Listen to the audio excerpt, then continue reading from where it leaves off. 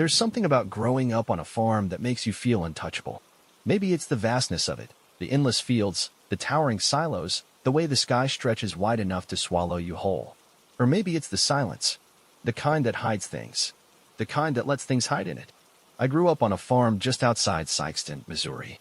A big place, acres of cornfields, a barn that hadn't been repainted in decades, and an old farmhouse that creaked in the wind like it was whispering secrets. But the strangest part of our farm wasn't the fields, the house, or even the fact that we were miles away from the nearest neighbor. It was the clearing. It was about a mile behind the barn, hidden deep within the corn. A perfect circle where nothing grew. No crops, no weeds, not even insects. Dad said it was because of a drought years ago, that the soil just never recovered. But I never believed that. Because sometimes, at night, when the wind was still and the cicadas had gone silent, you could hear something moving out there. Something that didn't belong. One summer, when I was 17, I decided to find out what it was. My little brother, Tyler, was just as curious as I was. We packed flashlights, a couple of snacks, and made a plan to sneak out after Dad went to bed. It wasn't hard. He'd been drinking more since Mom left, and once he passed out in his chair, nothing could wake him. We waited until midnight, then slipped out the back door, our boots crunching against the dry dirt. The air was thick with humidity, the kind that makes it hard to breathe. I remember thinking the farm felt different that night, like it was watching us, like it was waiting. The corn was taller than us, the stalk swaying slightly even though there was no wind. Tyler walked ahead of me, pushing through, his flashlight cutting weak beams through the dark. Neither of us spoke, and the closer we got to the clearing, the quieter the night became. No bugs, no rustling leaves, not even our footsteps sounded right. Then, Tyler stopped. I almost bumped into him. He stood at the edge of the clearing, frozen. His flashlight beam trembled against the emptiness in front of us. And there, in the exact center of the clearing, stood a scarecrow. We didn't have scarecrows on our farm. Dad thought they were old-fashioned. And yet, here it was tall, thin, its straw-stuffed arms stretched out wide. A burlap sack for a head, no features except two deep, empty holes where eyes should be. The longer I looked at it, the more I felt like it was looking back. "I don't like this," Tyler whispered. Neither did I. I wanted to turn back, wanted to forget we ever saw it. But then, it moved. Just a twitch. A shift of its head, ever so slightly. Like it had just noticed us. Tyler grabbed my arm, squeezing tight. "Did you see that?" he whispered. I nodded. Neither of us breathed. Neither of us moved. Then, in the silence, we heard it. A whisper. Low. Raspy. Coming from the scarecrow itself. "Why did you come back?" Tyler bolted. I was right behind him. We crashed through the corn, not caring how loud we were, not stopping until we saw the glow of the porch light ahead. We ran inside, slamming the door behind us. For a long moment, we just stood there, panting. Then Tyler turned to me, his face pale. "What did it mean?" he asked. I had no idea, because we had never been there before. "So why did it say? Why did you come back?"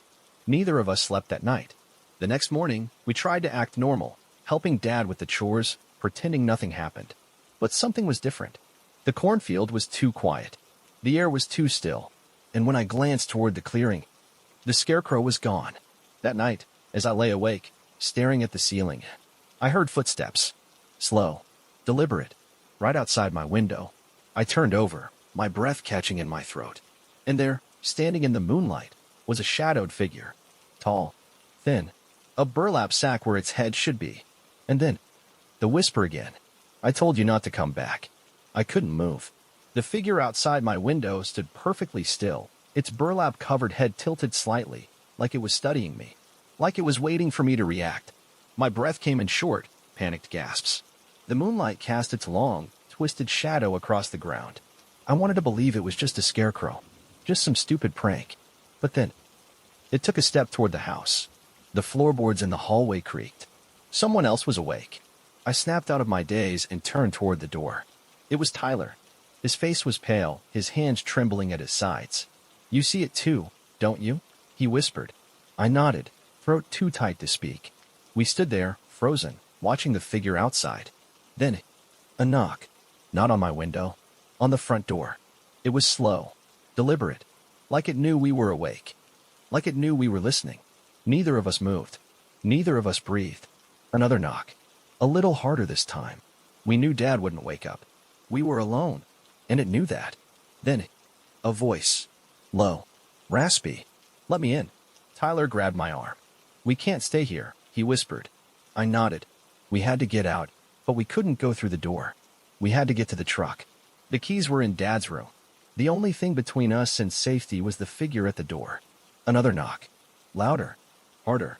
I reached for my pocket knife, gripping it so tight my knuckles went white. It wouldn't do a damn thing against whatever was out there, but it made me feel less helpless. Then, the knocking stopped. Silence. Thick. Suffocating. We listened. Waited. Then, from the back of the house, a new sound. The soft creak of a window sliding open. I nearly dropped my knife. The back window. The one we always forgot to lock. The one that led into the kitchen. We weren't alone anymore. It was inside. Tyler's grip on my arm tightened. We moved fast, slipping out of my room, creeping toward Dad's door. Every step felt wrong. The air was thick, charged with something I couldn't explain. I could hear my own pulse hammering in my ears. Then, from the kitchen out, the slow scraping of something heavy dragging across the floor. Something big. Something not human. Tyler sucked in a breath. I squeezed his wrist. Keep moving. We reached Dad's room. I eased the door open, peering inside. He was out cold, his breath coming in heavy, wheezing snores. The keys were on his nightstand. I took a step forward, and the hallway light flickered. Tyler sucked in a sharp breath. I turned and saw it. A tall shadow standing at the end of the hall.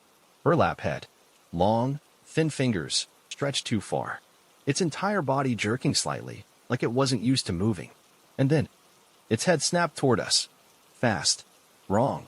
Like a puppet being yanked by invisible strings. It took a step forward, and another. Faster. Closer. Tyler bolted. I grabbed the keys and ran after him. We crashed through the back door, sprinting toward the truck. My hands fumbled with the keys, panic clawing at my chest. Behind us, the screen door creaked open. It was coming. I jammed the key into the ignition. Turned it. The engine roared to life. Tyler yanked the door shut beside me. And then, just as I slammed the truck into reverse, we saw it, standing in the headlights. The burlap sack had ripped open. I saw its face, or what was left of it. Skin stretched too tight. A mouth that was too wide, curling at the edges like something stitched together wrong. No nose. Just dark, gaping holes where eyes should be. It raised one hand. Not in a threat. Not in anger. But in a slow, mocking wave. And then, in a voice that wasn't a whisper anymore, it spoke. See you soon. We drove. Didn't stop. Didn't look back. We made it to town before sunrise, shaking so badly we could barely tell the cops what happened. They went back. They searched. But they didn't find anything. Not the scarecrow. Not the hidden clearing. Not even the footprints in the dirt. Like it had never been there at all. Like it had been waiting for us to find it. And now, it was waiting for us again. I've been living in this house for over 6 months now. At first, I thought I got lucky. The rent was cheap, the neighborhood was quiet, and despite the house being a bit older, it had character. But now I know better. It started with the noises. Scratching. Soft, but persistent. I'd be in the living room, watching TV, and I'd hear it, coming from the walls. At first, I assumed it was mice. The house was old, after all. Probably had gaps in the foundation, little spaces where critters could squeeze in. So I set traps. But nothing was ever caught. The food I left out as bait, untouched. But the noises kept coming. Then, the footsteps started. Late at night. Soft. Deliberate. Like someone was pacing in the room above me.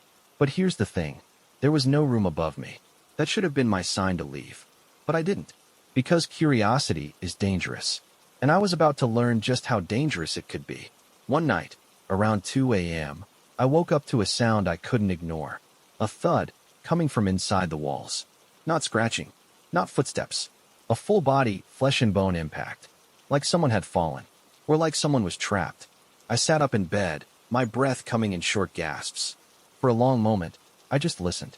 And then, a whisper. Muffled. Distant. Coming from inside the wall. Help me. I felt sick. Frozen in place. My mind struggling to process what I'd just heard. It had to be the pipes. Or maybe my neighbors. Sound carried in weird ways in old houses, right? I told myself that. Forced myself to believe it. But then the voice came again. This time, clearer. And closer. Please help me. I scrambled out of bed, grabbing my phone with shaking hands. I wanted to call someone. Police, my landlord, anyone who could explain what was happening. But before I could dial, my phone buzzed. A text message. From an unknown number. Don't open it. I almost dropped the phone. My blood went cold. Who sent that? And what the hell did they mean by don't open it? I turned slowly, heart hammering. The voice from the wall had stopped. But something was different. The air felt heavy. The kind of thickness you feel when someone is standing right behind you. Watching. Waiting. I wasn't alone. I knew it. Then, the scratching started again. Not from the walls. From the floorboards. Slow. Deep. Like something underneath was trying to get out. I backed away. Step by step. And then, the whisper came one last time. Right next to my ear. You were supposed to leave. I didn't sleep. I couldn't. Not after that voice. Not after what it said. You were supposed to leave. Like it had been waiting for me to go. Like I had overstayed my welcome. And now? Now it was too late. The next morning, I did the only thing that made sense. I called my landlord. Told him about the noises.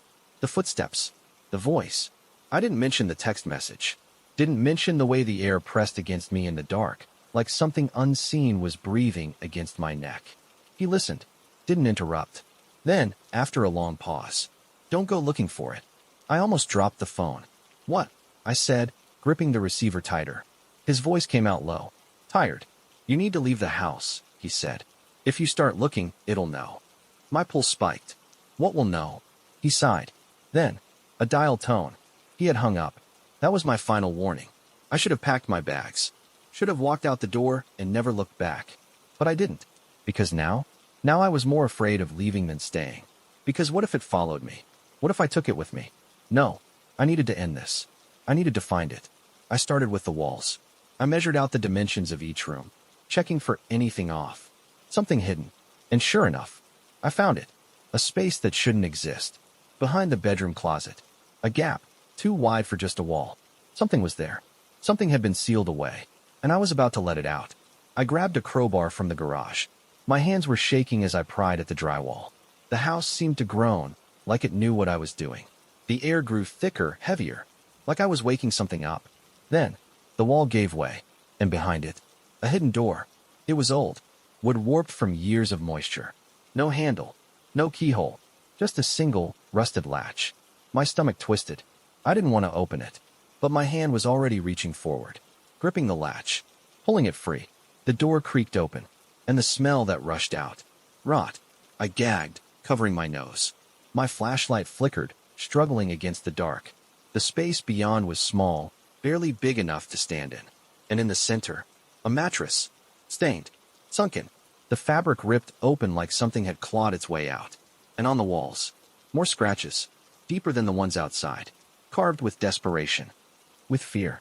And one word, etched over and over again. Run. I stumbled back, heart hammering. And then, the door slammed shut. The room went black. The air dropped to freezing. I clawed at the door, trying to force it open now, but it wouldn't budge. Something was inside with me. I could hear it, breathing, moving. And then, from the darkness, that whisper. Soft. Close. I told you not to look. I don't know how I got out. I don't remember breaking through the door. The next thing I knew, I was outside, barefoot, shaking, covered in dust. The house behind me was silent, like it had never made a sound, like it had never held anything at all. But I know better. I know it's still in there. And I know, one day, it'll find someone else to call inside.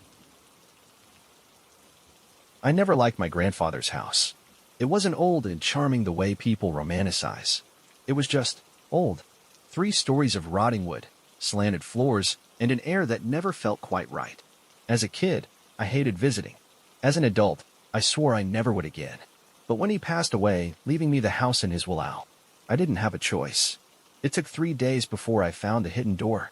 I had spent the first 2 trying to clean up the place, sorting through stacks of faded newspaper clippings, yellowed books, and drawers full of things that didn't belong to him. At least, I thought they didn't. Old driver's licenses with names I didn't recognize. Keys to cars that weren't in the driveway. Jewelry, rings, bracelets, lockets, none of which I had ever seen him wear. And then, in the back of his study, tucked behind a false panel in the bookshelf, I found the blueprints. That's when I saw it. The extra room. It wasn't on the official floor plan. It wasn't visible from inside or outside the house. But according to this blueprint, there was a room hidden behind the basement wall. A space with no doors. No windows. No way in it. Unless you knew exactly where to look. I told myself I wouldn't investigate. That I'd just sell the house as is and leave its secrets to rot with the rest of it. But that night, as I lay awake in my childhood bedroom, listening to the house settle and shift, I heard something that wouldn't let me ignore it. A knock. Not from the front door. Not from outside. From below me. From the basement. I barely slept. The next morning, I forced myself downstairs, stepping carefully over the warped wooden planks. The basement door loomed at the end of the hallway, slightly ajar. I was sure I had closed it. I swallowed hard and made my way down the narrow staircase, the air growing colder with every step.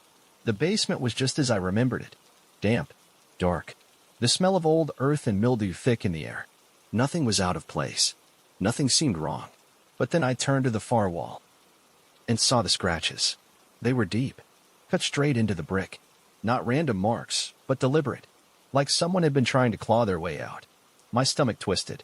I traced my fingers along the scratches, my breath coming in shallow gasps. Then, just below them, I saw something even worse. A word, etched into the stone. Faint, but readable. Help. I stumbled back, heart hammering, forgetting all logic, all reason. I started looking for the door, the hidden entrance to the room that shouldn't exist. It was there, a faint seam in the wall, nearly invisible. I pressed my hands against it, pushing, feeling for a latch. For a second, nothing happened. Then, a click. The wall shifted, and the door creaked open. A wave of cold air rushed out. Not normal basement cold. Something else. Something that made my lungs seize and my fingers go numb. I aimed my flashlight into the darkness beyond, heart pounding. And that's when I saw it. A single wooden chair in the center of the small, windowless room. And sitting in it, a doll. It was old. Much older than anything else in the house. Handmade, its fabric skin yellowed with age. Black button eyes stared up at me, expressionless. Its head was tilted, like it was listening, watching, waiting. My flashlight flickered. The air in the room shifted. And then, the doll's head moved. I ran. Didn't think. Didn't breathe. Just turned and bolted up the basement stairs, shoving the hidden door shut behind me. My hands were shaking too badly to lock it. I crashed through the house, sprinting for the front door. I needed to get out. I needed to leave. But just as I reached for the doorknob, my phone buzzed in my pocket. A single message. No number. No name. Just 3 words. Don't leave yet. I stood there, frozen. My phone screen glowed in the dim light, the message staring back at me. Don't leave yet. I turned it over in my hands, checking the sender. Nothing. No number. No contact name. Just a blank space. A message that shouldn't exist. I looked toward the basement door. Still closed. Still locked. I hadn't imagined what I saw. I knew that. And yet, I was still here. Still standing in the middle of this rotting old house with my heart pounding so hard it hurt. Something in me didn't want to leave. Something in me needed to know more. So I did the worst thing I could have done. I went back. The basement air felt thicker this time. I took slow, careful steps down the stairs, gripping my phone in one hand and a rusty fireplace poker in the other. My flashlight flickered as I reached the hidden door. It was still there. Still unlocked. Like it had been waiting for me to return. I pushed it open, and the chair was empty. The doll was gone. My pulse spiked. I aimed the flashlight around the small room, searching for any sign of movement. But there was nothing. Just the chair. Just the walls covered in deep scratches. And then I saw it. A new word had been carved into the bricks. Fresh. Like someone had just finished writing it. Downstairs. I felt my stomach drop. Downstairs? There was no downstairs. This was the basement. There was nothing beneath this room. At least, that's what I had always thought. But then, I heard it. A soft knock. Not from the basement door. Not from the walls. From underneath the floor. I took a step back. The floor beneath my feet creaked. For the first time, I noticed the thin seams in the concrete. A trapdoor. A way further down. I didn't want to open it. Didn't even want to acknowledge it. But as I took another step back, the door lurched open by itself, and the smell that came from the darkness below was rotting flesh. I nearly gagged. The air was thick, cloying, like something had been dead down there for decades. I aimed my flashlight at the opening, trying to see inside. The beam barely cut through the pitch black. The steps leading down were wooden, rotten, and at the bottom, something moved. I should have run. Should have slammed the trapdoor shut and never looked back. But I couldn't, because as I stood there, gripping the flashlight in shaking hands, I saw it. The doll, sitting at the bottom of the stairs, its button eyes staring up at me. And just behind it, a pair of hands reached out from the shadows. Not a child's hands, not a doll's hands. Hands that were long, thin, and human. Hands that were pulling the doll further into the dark. Hands that wanted me to follow. The trapdoor slammed shut. I stumbled back, my breath coming in short gasps. The knocking was gone. The scratching was gone. But something else had taken its place. A new sound. A soft, slow laughter. Coming from inside the walls. I ran. Didn't stop. Didn't breathe. By the time I made it to my car, my hands were shaking too badly to put the keys in the ignition. I forced myself to look back one last time. The house was dark, silent, but in the upstairs window, I saw something standing there, watching me, smiling. And in the faint glow of the porch light, I could just barely make out what it was holding. The doll. I never went back. I listed the house for sale the next day, didn't even bother packing my things. But sometimes, late at night, I still hear it. A faint knocking sound, coming from underneath my floor. Like something is still waiting. Like something is still calling me back. And one day, I think I'll be too curious to ignore it. Please like and subscribe. Every bit of support means the world.